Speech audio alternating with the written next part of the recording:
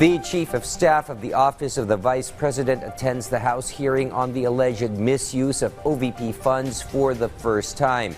Meanwhile, an OVP official was again subjected to a contempt order for failing to attend the said hearing. Mela Lesmoras has more. Are you trying to hide the truth?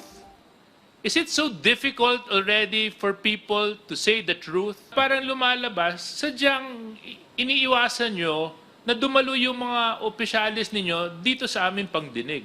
Mr. Chair, this is beyond disrespect to the committee.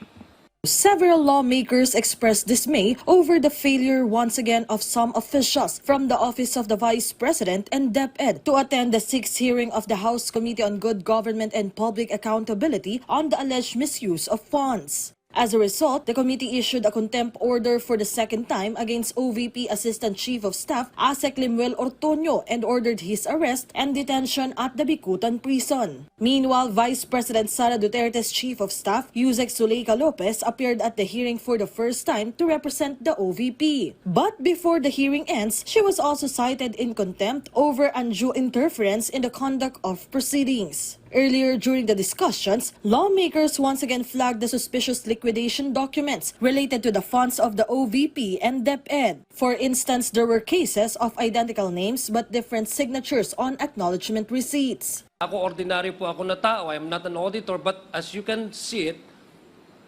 pareho po yung pangalan nila, Kokoy Villamin. It's very obvious, Mr. Chair, na hindi lang po si Mary Grace Piatos ang nakita po nating questionable. Nakikita din po natin na may mga acknowledgement receipts, Mr. Chair, na pare-pareho yung pangalan, na magkakaiba yung date, na magkakaiba yung kanilang pirma. For the DepEd, it was also noted how the agency disbursed funds in quick succession within a single day across different locations. If you go to the day of the first quarter that had the most disbursements, which is March 15, 2023, SDO Fajardo supposedly made 26 disbursements in the following locations: Davao del Sur, Surigao del Sur, Oriental Mindoro, Laguna, Zamboanga del Sur, Cebu, Ifugao, Antique, Batanes, Pampanga, Legazpi, Lanao del Norte, Batangas, Tarlac, Metro Manila, Samar, Davao de Oro, Agusan del Norte, Davao del Sur, Davao de Oro, Laguna, Cavite, Surigao del Norte.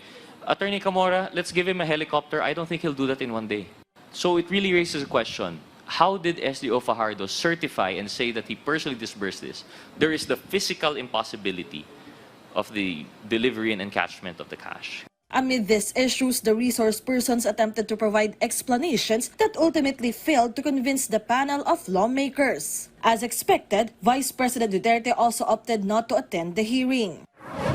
Meanwhile, prior to the proceeding, a separate panel of the House Quad Committee filed a new measure, House Bill number 11117, or the proposed fraudulent birth certificate cancellation law, which aims to expedite the cancellation of birth certificates illegally obtained by foreign nationals in the country. Hindi natin palalampasin yung mga kawani ng gobyerno na naging instrumento dito sa mga anomalyang ito.